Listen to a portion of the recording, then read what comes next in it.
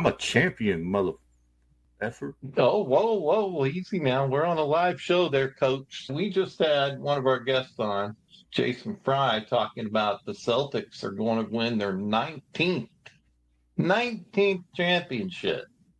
So what have you got to say about that? Who this Jason Fry character is, you know, he was talking about doing hard shit. Well, his prediction is bullshit. Okay. All right. With one episode without Jerry. One episode without. Can't do it.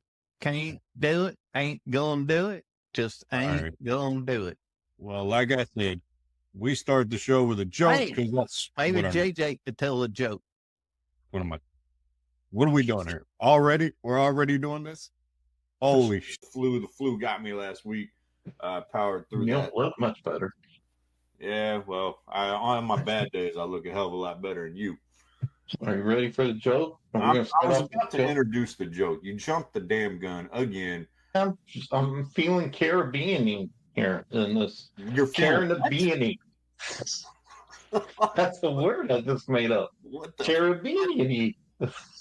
I'm feeling Caribbean. Folks, we are the most entertaining thing on the world, in the world right now.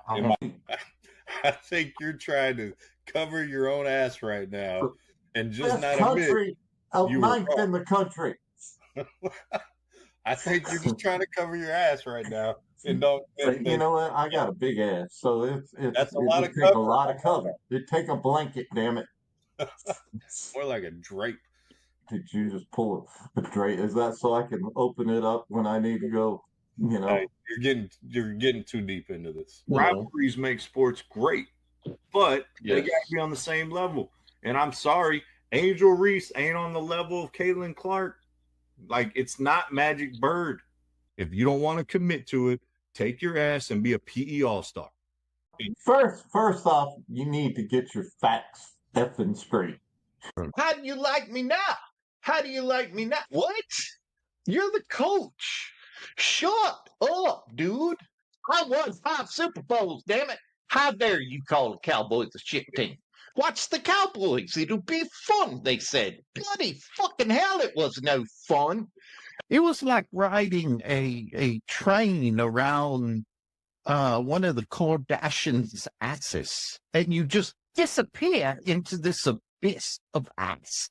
If you smell like ass and you look like ass, you play like ass. Somehow he talked about buttholes that made me hungry for a PBJ sandwich. It's 35-7, and it's only 7 because you just scored. Shut up. Are you telling me coaches like Coach Popovich does plays in spaghetti noodles? The thing about Coach Popovich is he actually liked to use popcorn with super glue. Popcorn with super glue? Yeah, he would put super glue little magnets on the bottom, and then he would arrange them on the board, and he would like color them different colors, and that would signify the opponents. And yeah. Are those the players? I don't want to give away any industry secrets on that particular thing, but yeah, I'm just gonna say you gotta. Yeah, I don't really know what I'm saying no more. And they're playing with sticks, and they're playing with a little puck all the time. Expert analysis right there. They play with sticks and pucks. Talking about last names, Stankhoven. He put the stank on them, and that was terrible. I'm sorry. I'm going to look directly into the camera up here, which I hardly ever do. I want to apologize to y'all on behalf of my bloodline right now, because that was awful. Oh my God. You're getting worse. All right. It's playing in these ridiculous places. They played in Ireland. Kicking American football in Ireland. Trying to grow the game, man. Global game. These people, they don't give a damn. Well, I don't really know, but it drives me nuts. You're almost going to laugh. I can see it. Almost fixing to lose it. It drives me nuts. Oh, man. Oh, you didn't didn't know, your ass better call somebody.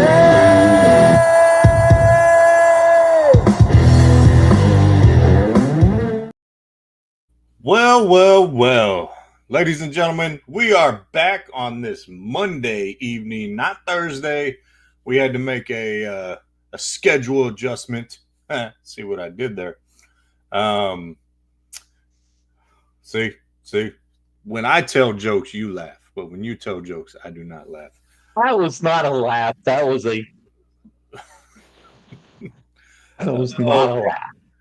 Yeah, so we had to come back to Monday night because I have a scheduling conflict, track season, so coaching the kids up there. But welcome. On Time Sports Talk, man. We got a ton of stuff to get to. A lot has happened in the last week and a half, and we got a ton of stuff. We got NFL, we got NBA, we got NHL, we got the Daytona 500, the Super Bowl of NASCAR. We got golf. We got women's college basketball, men's college basketball, Major League Baseball, if I didn't already say it. And it's just a crazy sports time right now. And we got a lot to get to. But before we get to it, the old man always starts with his joke. So, the bald and the beautiful, Eddie, the original schedule, lay your comedy genius on the people. Why? And it's usually a riddle, seeing if you can answer it. Why don't the other farm animals like playing basketball with the pigs? Because they're ball hogs. You got it. Bam. You finally got one. Bam. That was really good. Thank you. Do you have a backup one? You seem to always have a backup. Yeah. What do rabbits need after getting caught in the rain?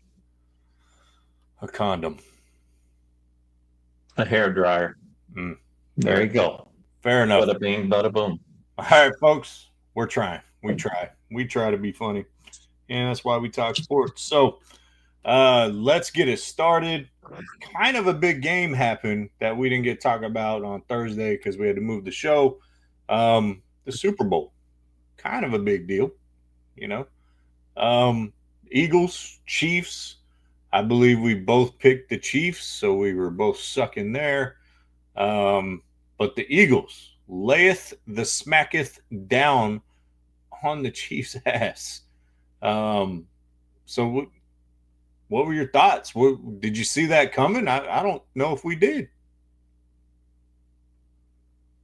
No, but it's like I said on our network show. I said if the Eagles defense was going to win the game, if they're going to win the game, and they had to keep the Chiefs out of the red zone, and more specifically out of the 10-yard line to the end zone, so Mahomes couldn't work his magic. And they took that literally and barely let them get past the 50-yard line until toward the end of the game.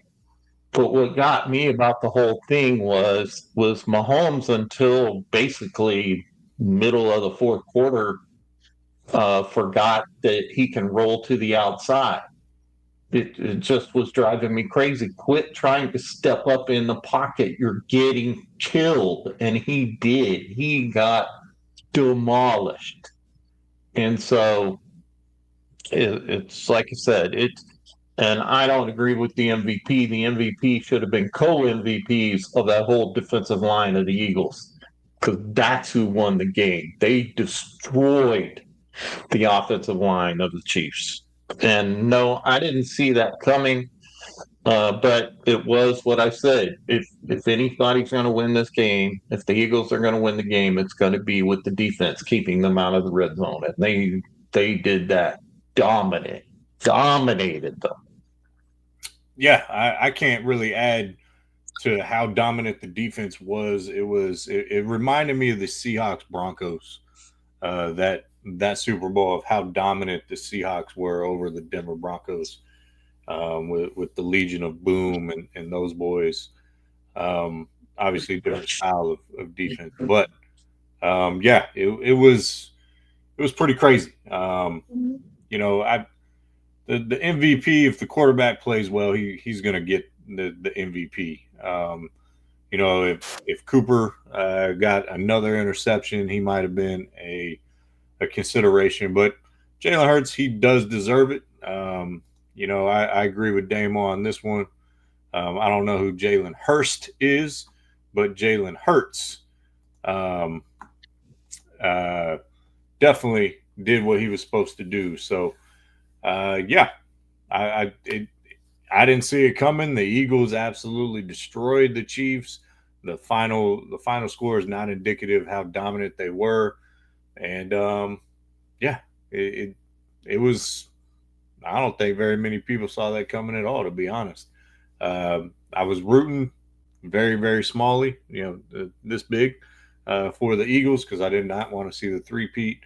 And I think the Chiefs got a lot of questions that they're going to have to address in the offseason with that offensive line because one of their best offensive linemen is a free agent and they don't have the cap space to re-sign him. So that's going to be an interesting dynamic how they rebuild the line because you got to protect Patrick Mahomes, you know, and as well as hopefully, you know, they get Rice back and stuff. That'll be interesting. So with that Super Bowl reaction, you know, ultimately that gives Eagles 2 championships. And I want to put this up here and ask you the question. And then we're going to get Sir George's first impressions of his first Super Bowl. But this is the count of Super Bowls right now. Who is the best franchise since the Super Bowl started, in your opinion? Well, it's right there. I mean, it's the Patriots and it's tied and the Steelers. I mean, but you know, there's how can you pick anybody who hasn't won the most? So they're the best. I mean, Tom Brady. I mean, because one of the things that doesn't show is how many Super Bowls the Patriots went to. 10. 10. Mofo 10. So, I mean, it used to be, oh, the Cowboys. Cowboys been to 8, won 5, but it's Patriots been to 10, won 7. So 6. I Tom think Brady has won won 7. Oh, Tom Brady won 7. Sorry. Tom Brady won 7. So, you know, I think it's hard to argue the sustainable over the course of the Super Bowl era. I think, I honestly think it's probably Dallas and San Francisco at the top because if you take the Tom, now you can't take it out, but man, before the Tom Brady years, the Patriots were just the team in the league. Like they weren't good. They didn't really make an impact. You know, you know, I wasn't, you know, they're not very impressive team ultimately. And I would put the Steelers above the Patriots because of the level of sustained success since the inception of the Super Bowl. So, you know, they've won 6, and that's incredible. And that run was dominant, impressive. But as far as overall, you know, franchise wins and how many trips you've gone to the NFC Championship game and, you know, plus Super Bowl wins and those things. And, you know, you talk about number of Hall of Famers and record holders. To me, the Patriots, I think they're third on the list. you crazy. I'm just crazy? lost your damn mind. The Patriots, the reason they don't have a lot of Hall of Famers, a lot of them still playing. And secondly, if you're going to look at the Hall of Famers and you're going to look at that as a measuring stick, it's going to take a little bit for them to get in. Bill Belichick's not; he's still coaching. Tom Brady just retired. So as far as I think there's a little bit of you wanting to still hold Dallas up there as one of the best ones. And in my mind, I've lost that love and feeling because it's been too damn long. We're going on now, what, 30 years, something like that. I mean, you can say the same thing about San Francisco. It's been longer for San Francisco. I didn't put San Francisco up there. You did. I didn't put them up there. Yeah, they won a bunch, but that was one quarterback. His name was Joe Montana. Joe Montana. So, I'm not. No, it's the Patriots, and I would agree. I wouldn't agree with you actually on the Pittsburgh Steelers. It's the Patriots that were consistent, were always there, even when you counted them out.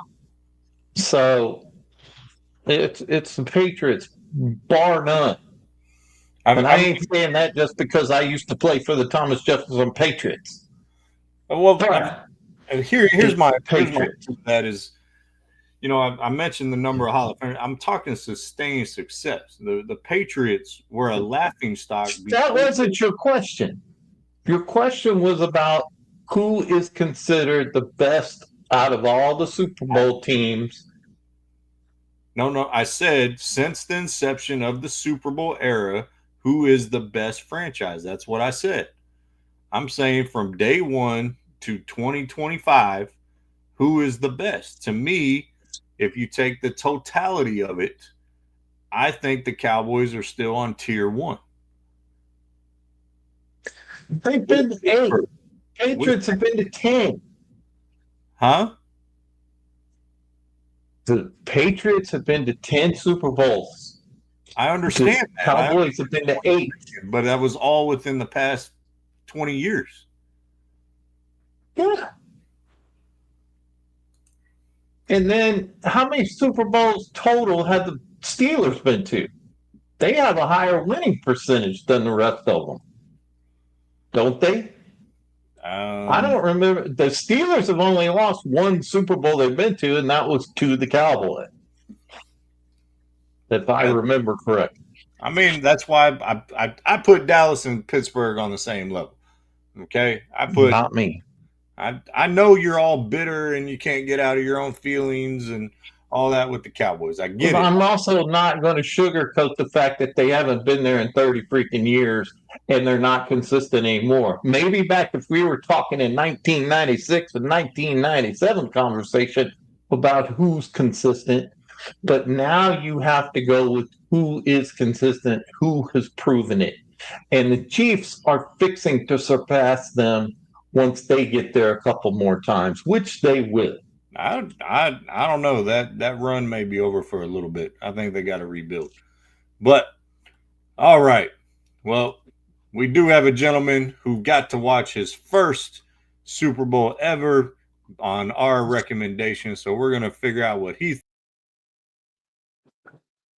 You just swapped the wrong one. I know. All right, here we go. So Sir George is going to give us his impressions of the Super Bowl. First one he watched from Great Britain, from England. He's a football guy. He's a soccer guy. And, be interested to see what he thought. Maybe get his opinion on commercials and halftime show and all that. Halftime show was interesting. I think once you looked into it, you understood it more. You understood what Kendrick Lamar was talking about. I wasn't a huge fan of it when it happened, but I will say Kendrick Lamar is one of the best MCs of the last 10, 15 years. He's an incredible artist. And if you took the time to look into it, you really understood what he was saying. So, and the message he's trying to get across. So, pretty interesting there. And that's the route he decided to take. And I applaud him for it, to be honest. All right, Sir George, I think he is ready. Sir George. All right. Well, where's my background? You supposed to have me a background. I think my hat's got lights or something. It's got something in it. I don't know. Yes, your background's coming. You're worried about where my background. You've lost my background. No, I didn't lose there your background. Now we're okay. I love that. I mean, you apparently you got. Sir George, are you a Texas A&M fan? Because that's in your background. Who, this guy right here? Yeah, that guy. I don't know who is that guy. I Why don't does know he who have it is. zero? Is he that bad? He has a zero on his shirt. No, I don't know. He's Zero the hero. So, all right, Sir George, did you just All get off right. the bike again? Because you're wearing the biking shirt again. Yes, you don't understand. The King Charles likes to ride his tricycle, and I have to ride with him next to his tricycle. So I have to put on the guard. I don't even know if Sobe still exists, but and I see the ladies, and I'll No, stop do that. a little bit of Stop, luck Sir right George. there. All No, right, put it back up. Okay, so So you got to want watch the Super Bowl, or did you did watch, right? Hey, look, the way the background's going, I could be, oh, that's the wrong way. I should be going this way, but I could be on my bike. It was going. Look, I'm going. All right. So, yes, I watched the Super Bowl. What are we doing? I do believe one team showed up. The fly, Eagles, fly. And so, yes, the Eagles were bloody hell. Mahomes, well, the best part of that show was Taylor Swift giving that look like when she got booed. And that's what I don't understand. Why are people booing Taylor Swift? She's just showing up for a boyfriend. She's just there for a boyfriend, and people hate her for that. Why is that? I can't really speak on it. I think people are just tired of Taylor Swift. Well, whatever. I think you Americans are just flat out rude when it comes to that, because I'm a Swiftie. I love Swift. But the game was bloody ridiculous. And what the hell was this halftime show? What? Well, it was. All I saw was, I don't have something that's like a microphone, but all I heard was, what the hell was that?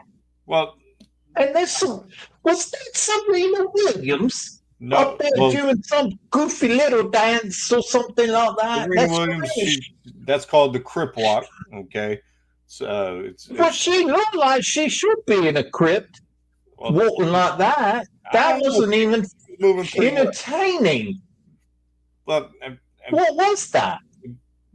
I will say that the halftime show wasn't for everyone. I will say that, Sir George.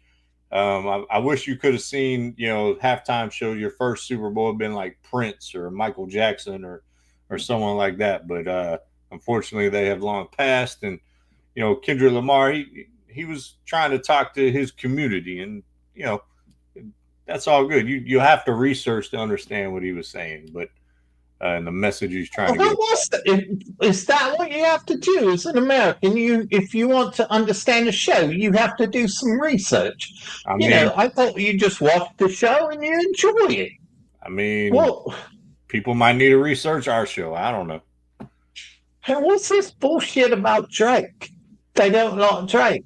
Yeah, Drake is not he's not in good standing with the people right now. I'll just say that. There's rumors that he's So basically this was like a halftime show of the Kardashians show, of someone hating on someone doing some bullshit to someone. There's a big ass over here and a big ass over there, and someone's pissed off, and Serena Williams in the middle of it shaking her booty. I don't know what you Americans are thinking there. And what I know I can't stay very long because King Charles is over there and he fell off his tricycle again. But what? Oh, bloody hell. He's out of crumpets. Get you out of here on this. Did you, just the pure game, did you enjoy the Super Bowl? Let me think about this. No, I did not. It was ridiculous. I mean, half the time it's commercials, and none of the commercials was this Dunkin' Donuts commercial that they did with Ben Affleck, and that bloody hell stupid thing. I don't understand. In donuts, you've got some of the biggest stars in the world, and they're talking about donuts. Well, who's nuts? Those nuts. All right. Sir George. So no, the game sucked, and I don't think I'll be watching that again. I don't think. I would much rather watch Canada and the USA play hockey, because that was entertaining, which I know you guys will probably talk about later. But yeah, we are going to get so. Well, Sir George, we appreciate you coming on, giving us your impressions of the Super Bowl. All right, I gotta go get with the ladies. No. Oh man, all of a sudden Sir George wants to get naked all the time. It's weird. Yeah, Super Bowl, great game. I already talked about the halftime show. Overall, I thought the commercials stunk. By the way, never saw any of those Elon commercials that he promised. So, trying to figure out what happened there. But, yeah, my hair's sticking out. This is what happens when you let your hair grow out. Anyways, maybe I'll go here. Go a little. Go now. Not feeling that. All right. Anyways. All right. Pops is back. All right. Yeah, that's the Elon commercials. You didn't see the Elon commercials? They were good, actually. Maybe I just missed them, but I did not see them. All right. One last NFL thing. Let's bring it here. The NFL class, Hall of Fame class of 2025 was announced. What was your impressions? Do you agree? Was there anyone that you think should have got in that didn't get in? The fearsome foursome right here. No, I think it's a pretty good class. I mean, you can't really argue about guys like Jared Allen, Antonio Gates, Sterling Sharp. I feel for the guy. He did. His career kind of got cut short. And then Eric Allen. Yeah, I mean, I think it's a pretty good class. There's one gentleman that I know we disagree on, but I still think Darren Woodson should be in the Hall of Fame. And I do not. So I think if you compare him to some of the individuals that are in the Hall of Fame class and being a 3-time Super Bowl winner, that's a big deal. And being the Dallas Cowboys all-time leading tackler as well. By the way, we were talking about teams with a number of Hall of Famers and having that be the best sports franchises. Do you know who has the number one amount of Hall of Famers in league history? Do you know what team? Just take a guess. Wouldn't that be the Green Bay Packers? No, it is the Chicago Bears. Oh, okay. Where are the Green Bay Packers? Packers are number 2 and the Cowboys are number 3. So, but this class, Jared Allen was absolutely dominant. Antonio Gates was that first tight end after Tony Gonzalez that really revolutionized the game. Incredible story of Antonio Gates, being a college basketball player and not really having a lot of football behind him. And then you're right, the Sterling Sharp one, his talent is no doubt there. I think his career getting short. I think this is a sentimental pick. I think he has Hall of Fame talent. I just didn't think he got to play long enough because of the injury. I don't have a problem with him being in by any means. I think it's a sentimental pick. I do. And Eric Allen, I think there's a no doubter there. So out of that, so your biggest snub was Darren Woodson. Yes. You would say he's a bigger snub than Reggie Wayne? Yes. Adam Vinatieri? Yes. Kel Suggs, Luke Kuechly. The Kuechly one, I would say, is up there as well. I mean, he was the best player in the NFL on defense for about 6-7 years, and I think he's one who's going to get punished for retiring early as well. He was dealing with concussions and things of that nature, but I think Kuechly getting snubbed. But I think Darren Woodson, because he's been waiting, I think 6 years now. I think he should be in. But one person who is not a Hall of Famer in my book is this guy. Cam Newton has gone crazy. I don't know. What do you mean gone crazy? He's been crazy. I mean, just look at how he dresses. He's gone crazy. I mean, he gets his hats from the same place Sir George does. Damn hat's like 5 feet tall. He does. I mean, good point. That's what we need to have. You need to put together some images of his fashion over the years, over just the past year. Because his hats are so tall, they have its own solar system. Yeah. So here's where I had an issue when I saw this quote, because the before the quote, he said it was a locker room full of losers, and I saved Carolina. They were lucky to have me. And to me, that says you think it's a right to play in the NFL, which it's not. It's a privilege. He also said he would not trade his MVP for a Super Bowl. To me, Cam Newton, impactful player, helped revolutionize that quarterback position, and he was dominant. But to me, I don't like selfish players. And to me, he's one of the most selfish that's out there. I just think he is. I'm not a big fan of him. I respect his play. I respect the impact he had on the game. But as an individual, I think he says some outlandish stuff to get attention. And this would be one of them. So, yeah. All right, we're going to move on from that. Okay. All right. Last thing, NFL-wise, and I wish the Philly guys were watching. Like, I tune in for their show. They ain't tuning in for our show. Thanks a lot, Philly show on the Tired Sports Network. Matter of fact, I have not seen anything from our founding members either. That's Monday night, man. Yeah. We're going to have to really ramp up our game on Monday night. There's nothing going on Monday night now. There's no Monday night football. Well, I get that. You know. So that's what I'm saying. We got to ramp up our game. Yeah. Everybody thinks they can go to bed. No, get your ass up. Support from our old damn network around here. What the hell are we doing? No, I'm just kidding. If you are watching, guys, I love you. Is Philly can't even do a parade right, man. Like, there was a fight that I came across this story. It's one of those stupid stories. In the line at the porta potty. A fight breaks out and 2 women get shot over a porta potty, a place where you're going to drop the Browns off.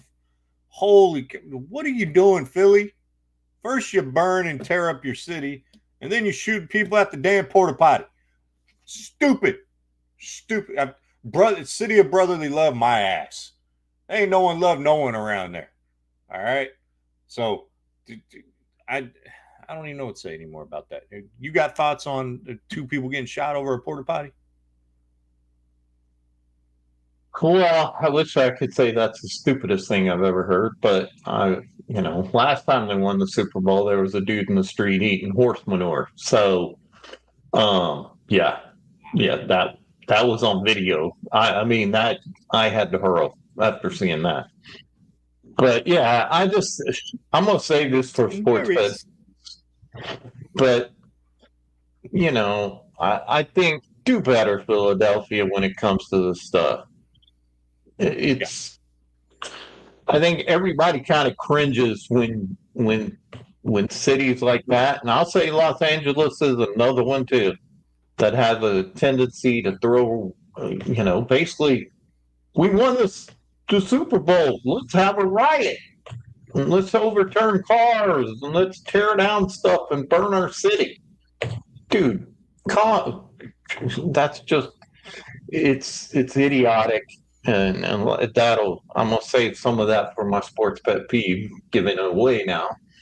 But, well, that's your own fault. Happy for the city, happy for them winning, all that stuff. Barkley getting his Super Bowl. It just, yeah, do better. Treat people with respect. If you're going to say you're the city of brotherly love, then effing act like it. Did you just say treat people with respect? Is that what you said? Well, how about Canada not treating us with respect, booing the national anthem, and then you get your ass kicked? So, yeah, let's go there, NHL. All right? Screw you, oh Canada, because that was some bull honky, man. Bull honky, no class. You just mad because you're not the 51st state. Here's what I love, though, about hockey and why I love watching hockey. Not just because one of my kids played hockey, but because hockey takes it out on the rink, on the ice. Within, they go out. Yeah, they play on ice. Yeah, with sticks and and skates and a puck, this little rubber thing they hit around. So, but the great thing about it is when we talk about rivalries, guess what? Because all the shit that's going on in the world, we now have a rivalry in hockey. Everybody's hating on the USA, and the USA has just went out there and kicked everybody's ass and said, you know what? Okay, we'll prove it. Scoreboard, bitches. Scoreboard. And not only that, we're going to beat the hell out of you as we do it. And so my hat's off to them, because going into a hostile place and just kicking ass, taking names, scoring goals, kicking some booty by the USA. USA. All right, I was going to start doing what you getting me pumped up there, Pops. I know the narrative is they had 3 fights in 9 seconds because they booed. I've listened and I've tried to research it. There is a rumor going around that there was a text thread that they knew they were going to have to play very physical hockey with Canada to put them on their heels, because Canada is a lot faster, more skilled team considered in that dynamic. Well, it's their damn sport. Well, yes. It's Canada's sport. Well, it ain't no more. That's all I can say. It ain't Canada's sport no more. I mean, let's talk about Canada for a second. First off, to me, Canada's kind of like the attic in your house. You forget it's up there till you go up there and you go, oh, I forgot all this shit was up here. It's too damn cold. I'm going back downstairs. And so Canada, it's their sport. It's freezing 11 months out of 12 up there, and 12 ain't very hot either. So they skate around on ice. So we went up there, not only kicked your ass, but we kicked your ass at your own damn sport. Wasn't like it was basketball or soccer. It was hockey on ice with sticks and pucks. Right. And who has the biggest stick? The goalie. He has big wood. He's got the biggest wood on the ice. So essentially, I mean, I do love the narrative, but I have a feeling if they ever do a ESPN 30 for 30 on this game and this story, the truth about that will come out. But it is an awesome optic. Okay, it speaks more. Did you hear what they played when they won? No. They played Freebird. Oh, that's right. I did hear that. So it's an awesome story on the fights and the Kachuk brothers, who are crazy in themselves, really taking it to them, and you end up winning 3-1. Now they're probably playing again, or I think they are playing again. They already in won, Boston. man. Say what? I'll get you the score really quick, but I know they beat somebody 6-1 today, which I think was Sweden. Sweden. They beat 6-1 today. So well, I want to back up for a second. The four countries tournament, I got to be honest, it took the place of the All-Star break for NHL, and I was pretty skeptical of the four countries tournament. I thought it was just going to be something that is lackluster here, and kind of we're going to talk about the NBA All-Star weekend here in a minute, but man, it's turned into something that's awesome, and hockey got this right, and the rivalry from the Olympics and World Championships and all that stuff is fed over into this, and you got teammates going at each other, and man, I just love it. It gives me that if you stay with me here, if you ever saw that video of the Redeem team in 2008 with Kobe Bryant, going back after the gold medal when he said, "I'm going to run through Powell's effing chest." First play of the game. Pau Gasol's on his Lakers team. That's his brother in the league, and by God, he runs through that dude's chest and sets the tone. And even Pau Gasol understood this is different. And when they're out there representing their country's colors, man, something changes, and it's been awesome. And that game in Boston, I have no doubt that the Boston fans are going to boo the Canada national anthem. I wish they wouldn't. I wish we'd have a little more class in that Boston, but it's Boston. Boston's one of those cities, like Philly, that they're going to kind of go to that level. So I like Boston a lot more than I do Philly. They talk funny. They crack me up. We're going to get in the car and go watch the game, kick some ass. So, all right, So that's been awesome. So if you haven't watched, start watching the NHL four countries tournament. U.S. is already in the championship after whooping Canada's ass. So if there is anybody out there listening and like, man, I just can't watch hockey or whatever, go to a game. Get your butt to a game one time and it will hook you. 100%. Hockey live is one of the best sports there are. It just is, because it is fast and you can still hit in hockey.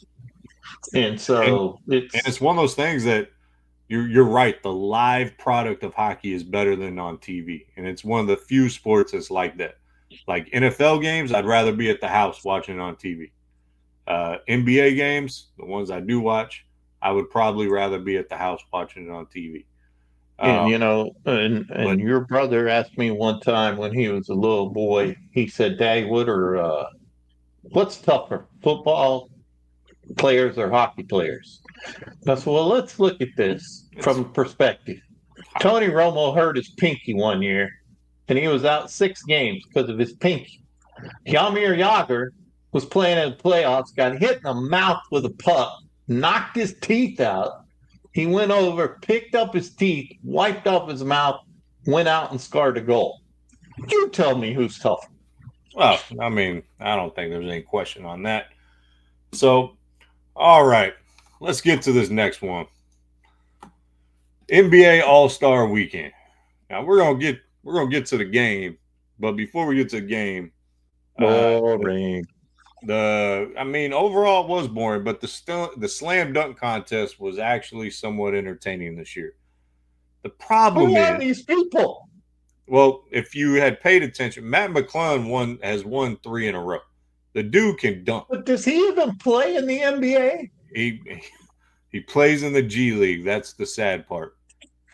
That they got to go to the G League to get someone who's entertaining. This is like the NFL Pro Bowl, which is turning to a damn flag football game. Oh, but that would be like the NFL Pro Bowl going and getting someone from the USFL to be the quarterback. It's pretty much what it is. The competition, the one that Michael Jordan made, He was the man, made it. Him and Carter, Vince Carter, and some of these guys. I mean, Dominic and Wilkins.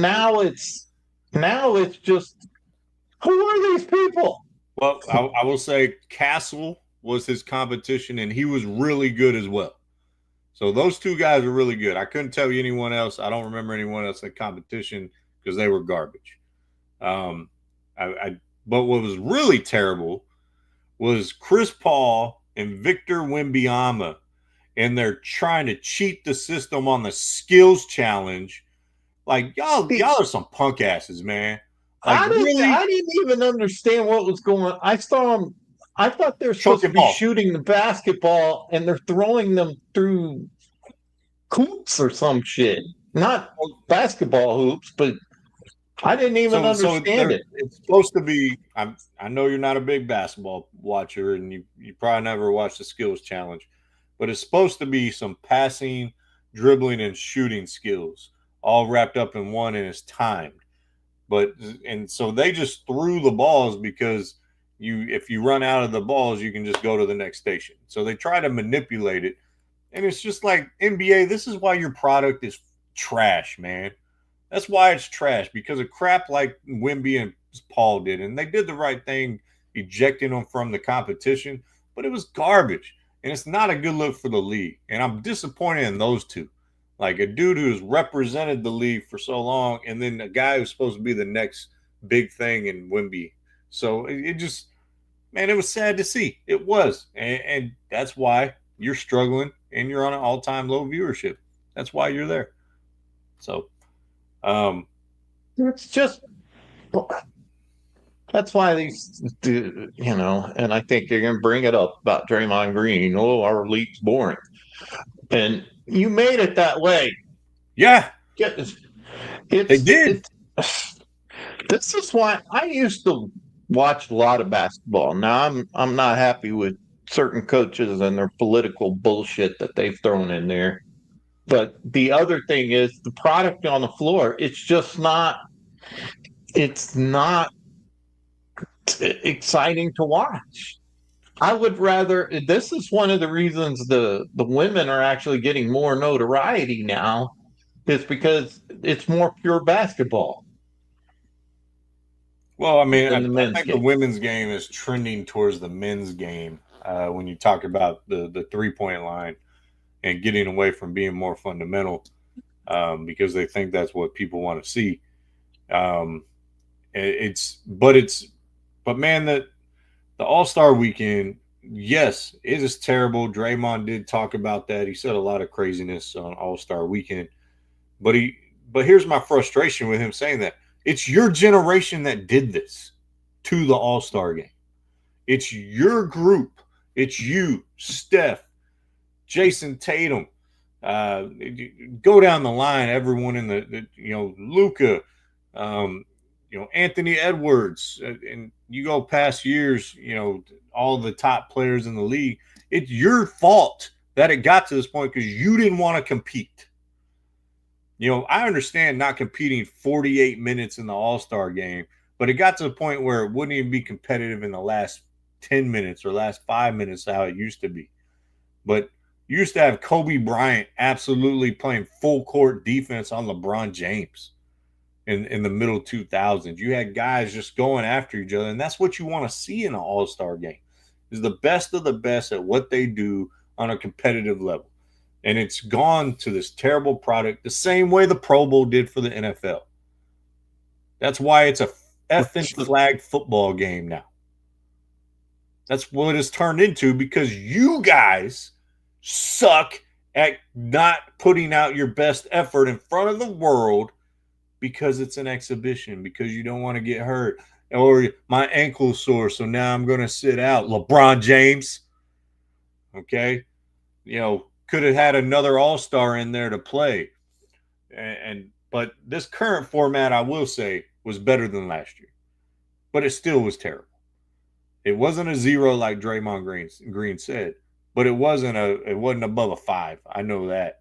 We were seeing more Dalton Knecht, who should be a Charlotte Hornet right now, traded from the Lakers basically, than we saw of Daniel Gafford and other guys who are real all-stars and not this rising stars team. You know, they should have their own game like they used to, because that game was normally pretty competitive. But, you know, the product is terrible now, and it's unfortunate to see, and you only have yourselves to blame. And now they're talking about adding a one-on-one tournament for a prize of $1 million. But you see on the screen there, folks, 3 hours of basketball broadcast, and you saw 42 minutes of basketball. That's all you saw. That's kind of like a lot of people complain about the Daytona 500 in NASCAR. I don't know if we're going to touch on that. We are, but it was mainly all commercials. I mean, it's just, and this is my thing. I've said it before. It's got to the point that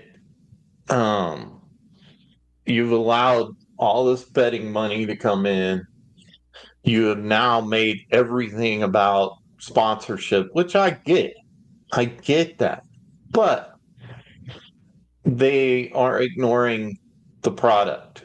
And now there's so much money in these contracts with these players, which we knew at some point this was going to hit it. You know, when you've got baseball players making almost $1 billion, it's getting to the point to where, well, I don't want my investment to get hurt. Yeah. You know, it used to be a joke way back when Deion Sanders, well, I would make a business decision when I didn't tackle him. Now it's everybody's making a business decision. The thing that cracks me up, I'm sitting here looking at the picture of the All-Stars with KD and Curry and LeBron. And of course, LeBron's in street clothes. It just kind of says the whole thing. Oh, I wanted to be on the team, but I decided to wait till the last minute so someone else can't play. But I'm still going to be in the picture in my street clothes. That just furthers my argument. LeBron James is the most selfish superstar of all time. Look, I am 100% a LeBron hater. I respect what he's done in the game. He still plays at an extremely high level, but he is a selfish dude going all the way back to the decision before he went to Miami. And the dude can't win in his own place on his own terms and build a team around. He's got to have these other dudes. He's got an all NBA of teammates. If you look at his teammates, like Dwayne Wade, Luka Doncic, Chris Bosh, Kyrie Irving, Kevin Love, Anthony Davis. I mean, and I know no guy does it on its own, other than maybe a man named Dirk Nowitzki, who had no other All-Star or Hall of Famers on his team, by the way. Well, Jason Kidd is a Hall of Famer, but he was diminished. He was 38 years old by then, scoring like 8 points a game. So it's not like Jason Kidd was the Jason Kidd of 1999. But that dude, I can't stand LeBron. It just furthers my dislike of him. I can't stand the guy. Another guy I can't stand, you mentioned it, Draymond. Draymond talking crazy this week. He's guaranteeing a 2025 championship for the Warriors. Shut up, Draymond. Just shut up. Shut up. He ain't gonna shut up. He's one of the dirtiest players in the game, too. You know, he can say whatever. He's one of the dirtiest players ever, and I've called for him to be thrown out of the league many times after the flagrant bullshit he's done. He's just another reason what's wrong with this league, because he plays Bush League in how he plays. I can't stand him. I can't stand him because he's a dirty effing player. I don't disagree with that. But speaking, we do skew towards Dallas. I do want to hit on the Mavs real quick. They are 4-1 since the trade, by the way, and that's with only Anthony Davis in one game, and the rest, half their team out with injury. So Max Christie has been incredible. So major piece of that trade has turned out to be a great part. But the Mavs in the news again. They have assistant coach Darryl Armstrong, former player, gets arrested for aggravated assault with a deadly weapon. And it's like, what are we doing? Like, and I don't know the situation because nothing's been released. But shouldn't you be smarter than this? Like, come on, Daryl Armstrong. Like, I don't get it. I don't get it. Isn't he still connected with the Mavericks? Yeah, he was an assistant coach up Yeah. until the arrest. Now he's suspended. The Mavericks did not release the name of the suspended employee, but it's kind of obvious who they suspended. Well, it's kind of funny of how when Cuban was the main person kind of running this thing, even though a lot of us would gripe about Cuban being a nutcase, it seems like the new people who have taken over primary ownership or whatever, it's just gone nutty in the office there. I And agree. I think the Mavericks ownership is going to take the Mavs in a direction that the entire fan base is not on board with. And the Mavs have they always already did been that. beyond the trade, and the trade was part of that, right? But I the more and more, we had Javian on last week. He was kind of talking conspiracy theories, and I know you mentioned one of them. I'm giving more credence to that Las Vegas proposal. I think that's a possibility if gambling does not get legalized in the state of Texas. But I don't see this ownership group really. Their focus isn't. I don't think it's winning. I don't. I think It's not focused on the community that they're in. It's more focused on, unfortunately, it's focused on like the owners of freaking Dallas Cowboys are more focused on internally and what they do instead of worrying about the fans. And that's what's sad to see. And this isn't really a sports pet peeve, but it's a sports grievance I have. It's the whole reason the sport is put together. It's entertainment. It's entertainment for fans, for people to support a city, support your team, all that. And now you get these owners and players who get more focused on what's in it for them instead of the greater good. I'm going to tell you, as much as I hate the freaking Eagles, their owner is focused on what the fans want. He's not focused. He's focused on winning. And you can see that 100%.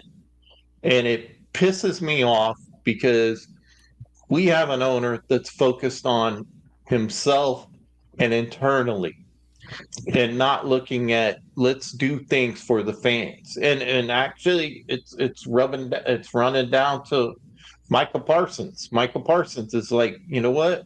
We need to freaking do something. Stop just sitting here. Let's do something. Well, yeah, you went down a rabbit hole there. Is I would say that Jerry is not necessarily focused on what's going on indoors. He's focused on how the Cowboys increase their value outside that building. He's a business guy, and he's great in that aspect. And he's all he's concerned about is being number one on the Forbes list. Now, do I believe Jerry wants to win? Yes, but he's not willing to make the sacrifices with himself and their process to win.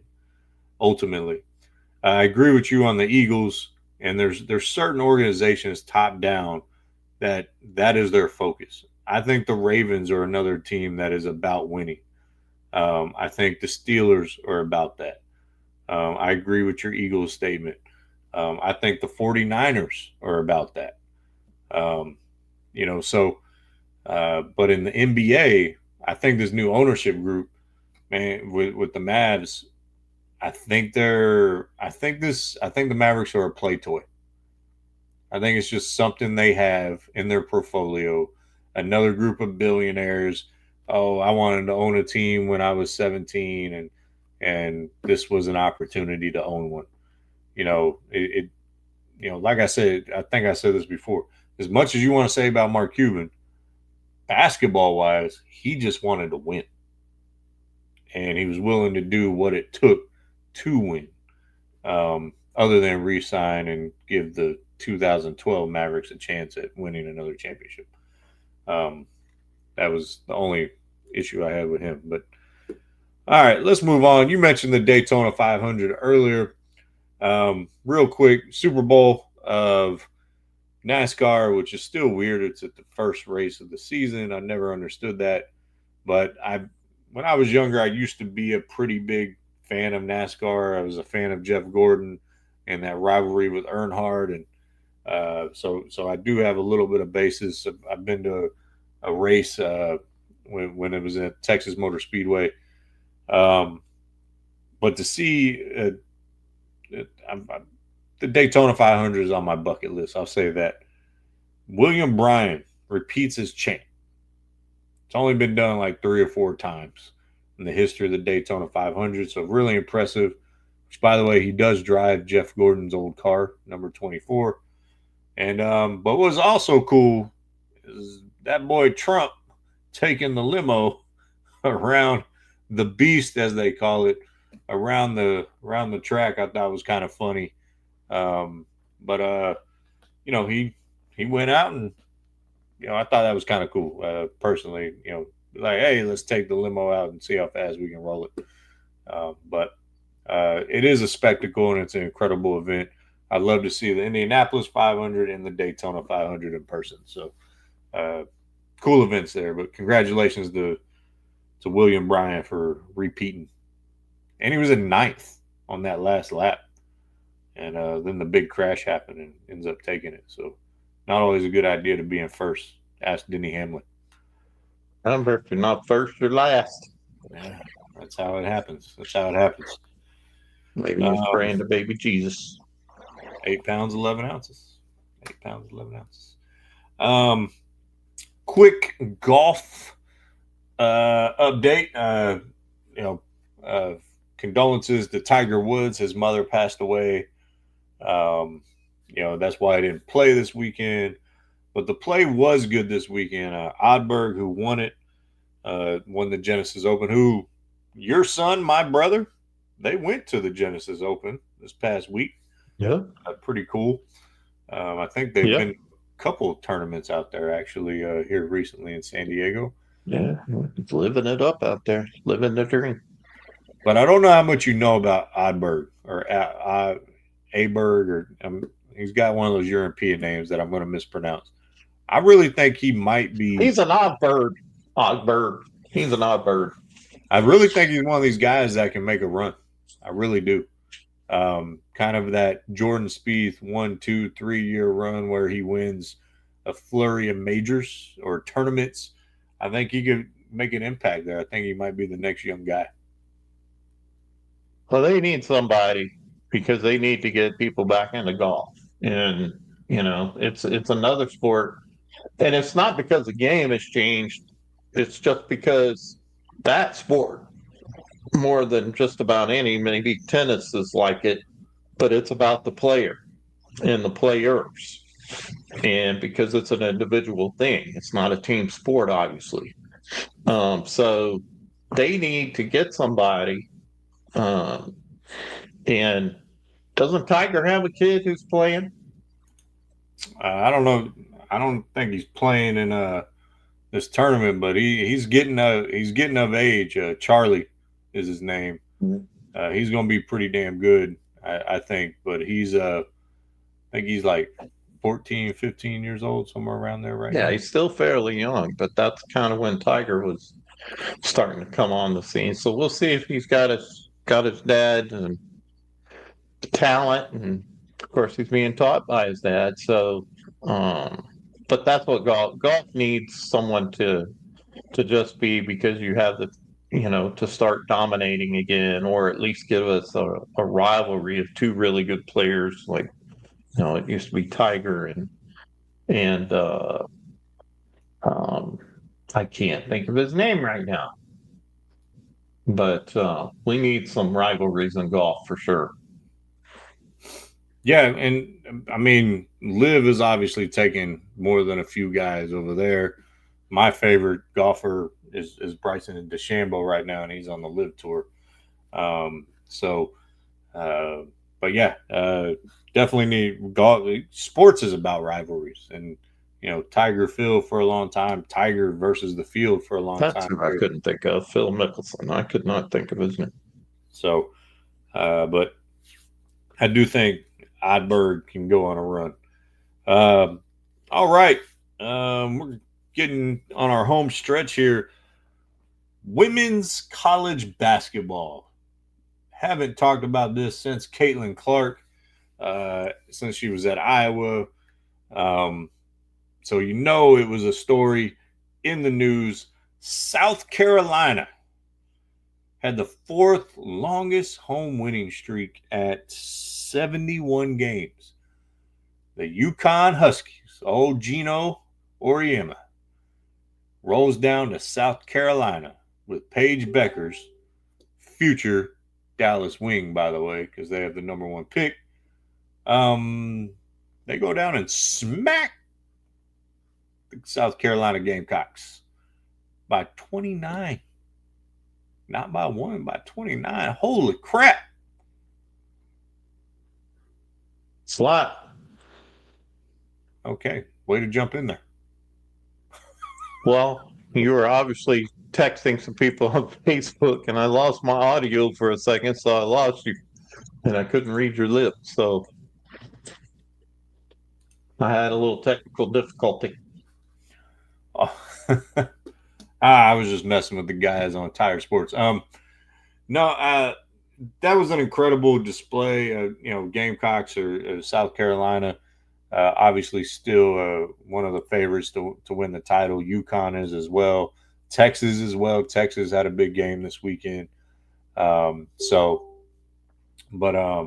but we need to talk on the men's side of the house of how many SEC teams are in the top 10 this week. Well, how many are there? There's 5 in the top 10. That includes my guy right here, A&M, being number 7 right now. But you've got Auburn, Florida, Alabama, Tennessee, and Texas A&M, all in the top 10. So the question is the SEC going to win it this year? No. No? No. Who are you going to say is going to win? I think it's going to be I think it's going to be someone like give me the other 5 in the top 10. Okay, the other 5 are Duke, Houston, Iowa State, Texas Tech, and St. John's. I'll take those 5 over the 5 SEC. I think Duke is poised with Cooper Flagg, the number 1 recruit in the country, to make a run. I really like what Pitino's doing at St. John's. He's turned that program around as well. And, Kelvin Sampson at U of H their defense is absolutely dominant. So, but I will say from past to now, the basketball powers have shifted towards the SEC. It's not the Big East anymore. It's not the ACC, even though Duke is in the ACC, but North Carolina is down. And I'm not big on the Big Ten this year when it comes to college basketball. You normally have your traditional Ohio State, Michigan's, Indiana. But I would take the 5 outside the SEC before I take the 5 SEC teams to win it all. But Auburn and Alabama, that game was a classic this weekend. Auburn pulling out and beating Alabama, staying number 1 in the country. It was a fun game to watch as a basketball guy. Auburn led the whole way. Alabama kept fighting back, and I think they cut it to a 1-possession game a couple of times, and then Auburn just took it from them and ended up not running away, but separating themselves. So that was a fun game to watch as a basketball coach. I'll say one thing about our Aggies. The Aggies are going to be tested at the end of the last part of the season because they're going to have to face in the top 10 Tennessee, Florida, and Auburn in in February and March coming up. I mean, they've got Mississippi State. Mississippi State's no pushover either. They're 21st in the land. But so we're going to find out. The Aggies going to find out whether they're for real or not, which I'm really hoping they are. I watched them play Arkansas, and they led most of that game. But I just like the way that A&M moves the ball. They're really good at getting the ball to the inside and playing pretty good defense too. So yeah, Buzz Williams does and a great Longhorns screw job. you. Yeah, y'all beat us by 1 point. So Yeah, but Buzz Williams, I was saying he does a really good job at Texas A&M. I thought that was a great hire when they hired Buzz. And he's, it's been a work in progress, but yeah, they are going to find out if they're for real, and it'll be exciting to see what happens with them for sure. All right, last thing, and then we got sports pet peeves. So we're on track to finish under the 90 minutes agreed time beforehand. A lot of subjects tonight. Like I said, not a lot of depth on them tonight. And no J Kid tonight, by the way. So we didn't think it was appropriate for J Kid to comment on Darrell Armstrong's situation. Spring training has started for Major League Baseball. The almost billion-dollar man is in a Mets uniform. But let's keep it local. I think the Rangers are finally healthy, and I think they're going to make a run back deep into the playoffs. I'm not predicting World Series. Can't do that this early, in my opinion. Now, if we're going to pick them, I would. But DeGrom is healthy.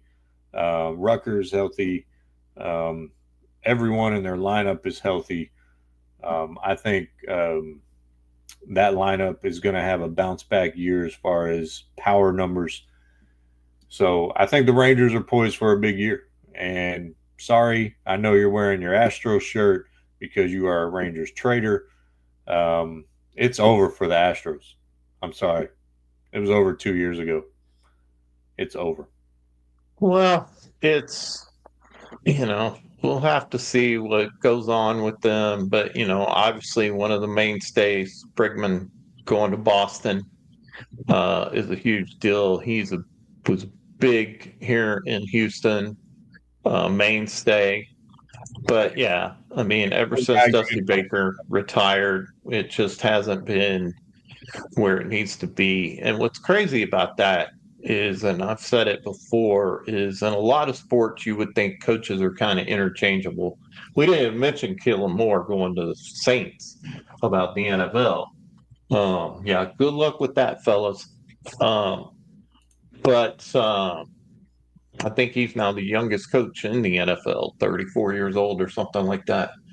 But outside of that, we're talking baseball. But yeah, the Astros, and by the way, my other team is the San Diego Padres.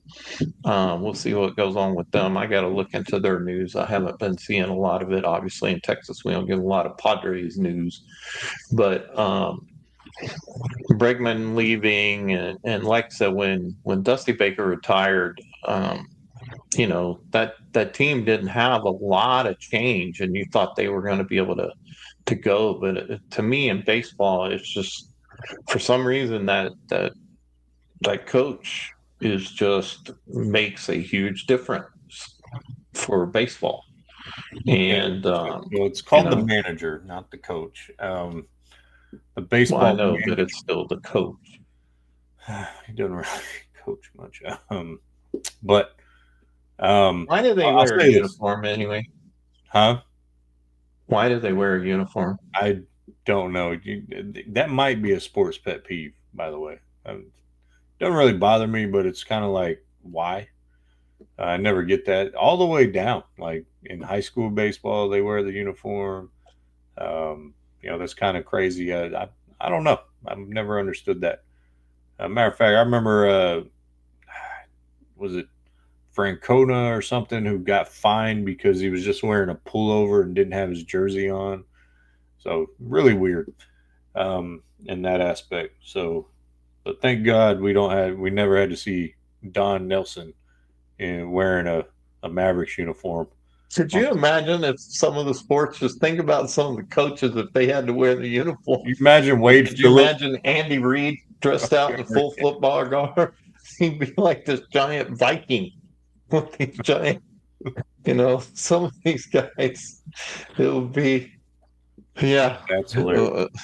You wouldn't, and some of these coaches in the NBA, you don't want to see their arms, man. No, their arms are way past their prime. Yeah, I'll say this is Brigman going to Boston. I'm interested to see what Boston does this year. How can they hang in the AL East? Obviously, a little shift of power. The Yankees, when Juan Soto went to the Mets, I'm reading and I saw that Giancarlo Stanton is looking like he's not going to be ready for the opening of the season. So Aaron Judge is kind of out there on his own a little bit. But it's going to be interesting. I want to see Shohei Ohtani, pitching this year. See if he goes for another MVP run, and with the Dodgers, and I would say the Dodgers are probably the favorites to repeat as champions.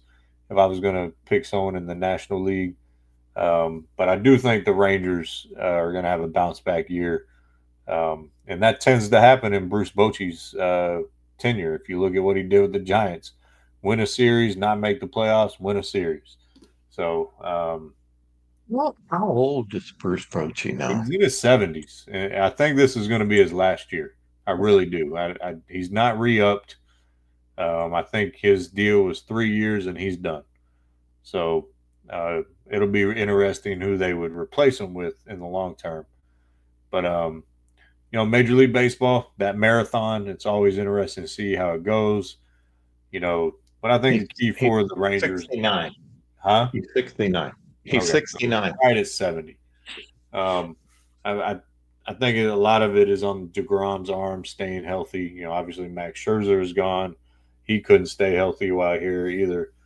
But yeah, Seager, Simeon, Carter, Adolis Garcia had a bad year last year, but a lot of them are hurt too. It's kind of like the Mavericks right now can't fight the injury bug. The Cowboys had a ton of injuries last year. It just seems to be hitting Dallas sports, except the Dallas Stars, which they even have 2 major injuries out right now with Tyler Seguin and Hinskinen, their best defenseman. But they did make a really good trade for 2 top defensemen in CC, and I don't remember the other name, but let's knock on wood for them. All righty. Last segment of the day, and it's our infamous sports pet peeves. Let's go here, and I'll let you go first. Well, I have 2. First one I already kind of gave away earlier is if you win a championship, don't burn your damn city down. Starting fires, turning over cars. Good gracious. It's a sports game. It's just like, I watch some of these kids on Discord. If you're a gamer, they go crazy and people want to fight each other over a stupid game. And just have a little class. I mean, yeah, celebrate, shoot some fireworks off. Don't turn over cars and set fires and tear down your damn city. And then the other one we just kind of touched on, which is, why do you wear the uniform if you're not going to play in baseball? Is it because people are spitting seeds and all that stuff and you don't want to get that on your suit pants or some shit? What is the deal with that? Why did they? Because like I said, what if other sports did that? You couldn't picture some of these coaches wearing a uniform. Picture the little coach in Miami Dolphins, the dude who wears the little capri pants and stuff. And sometimes I wonder, about that dude. But picture him in a football uniform. He looked like Deuce Vaughn. He's a little dude. So yeah, No. that's it. Why does You know who you look baseball like? player you're not going to play? Mike McDaniel would look like the kicker from The Replacements. The There leg, you go. like Yeah. completely out of place. Hey, ole, Ole, ole, ole, ole. ole, ole. All right. My sports pet What? peeve. Add it to the list. And by the way, I will accept both of yours. Those are both good ones. By the way, I would like for you, while I'm talking, to think of an alternative for MLB managers to wear since they're wearing the uniform. What do you think they would wear? So, my sports pet peeve, and I think every sports fan will agree with this. Put it in the comments if you do. Why do players wait till spring training or training camp to get a damn surgery? You've had all off season to get the surgery. And now you're going to be out Isn't from. that To obvious? me, it's robbery. To me, it's Isn't that thieving. obvious? Why Why they do that? Why they do that? Yeah, so they can get paid and not play. Well, to get out of like spring training and all that stuff, it doesn't matter to them. You're a professional So that's why athlete. It should matter to. it shouldn't, but it don't. So it is ridiculous. All right. By the way, been an extremely quiet night in the comment section. So it's been almost an hour and a half since we had one. Anyways, that is very frustrating. That is a sports pet peeve. Let me wait till training camp to get surgery, or this is going to keep me out 6 to 8 weeks, or it just come on, man. Don't sit there. And I know some guys do try to rehab and to avoid surgery, and they projected to be okay by the time their season starts, but it doesn't happen, and it happens all the time in waiting till training camp to get to surgery. It's BS. Do it early so you can be healthy for the whole season from the start. That's my sport pet peeve. And if I had a sound effect that would ding or dong, I would play it right now. But Ding dong. Man, Well, you know what we need for that? We need the Tookie Bird. Tookie Bird. Oh man. No, let's not do that. All right. Just so y'all know, that's an inside joke. One time we played a game where you have to do impersonations, and I made everybody have to do an impersonation of a Tookie Bird. I'm not trying to pitch a product we're not sponsored by, but the game is called Utter Nonsense, by the way. If you haven't played this game with your folks, do it. It's hilarious. We didn't even have a commercial tonight. Yeah, sorry, Easy Leadership. Yeah, you just skip my commercial. Throw it out there and pitch it right now.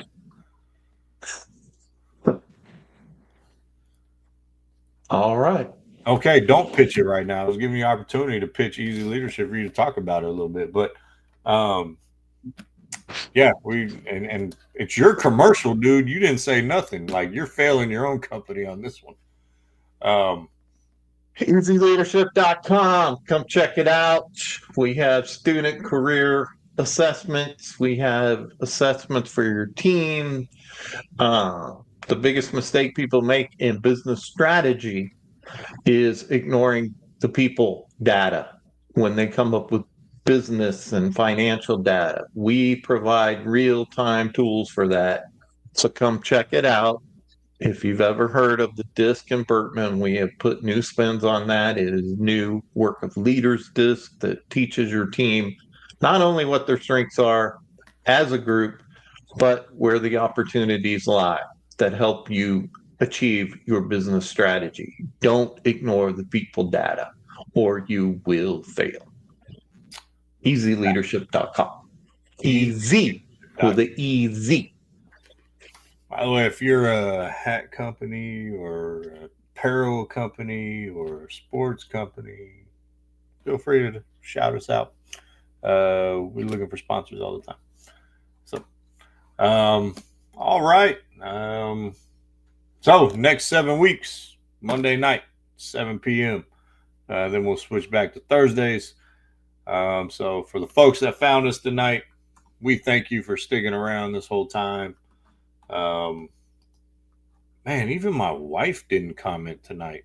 We must have not had a good show. Must have been a bad show tonight. Ouch. Yeah. Had fun. All right.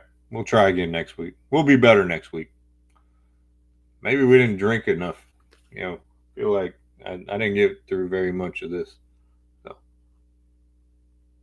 Well, all right. Or if you're a bourbon company, we'd love to be sponsored by that as well. Hey, my man Jeremy showed up. He said, not a bad show. Oh, there's Fry Man. Yeah, thanks, Jerm. Love you.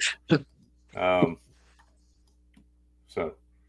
Because this Monday night, everybody's like after a holiday. So some people probably did some day drinking. I did some day drinking. So I bet I had to go to work. We had professional development. oh, well, there you go. Did you develop professionally? Yeah. We also had track practice, which I had one jumper show up for track practice. Oh, well, that's awesome. That's awesome. Yeah, it was very productive. Well, all right. All right, I guess folks, we're out of here. Say sayonara. Peace. We love y'all. With my messed up finger there. Never mind. I'm not going to say Good night. That. I'm not going to say it.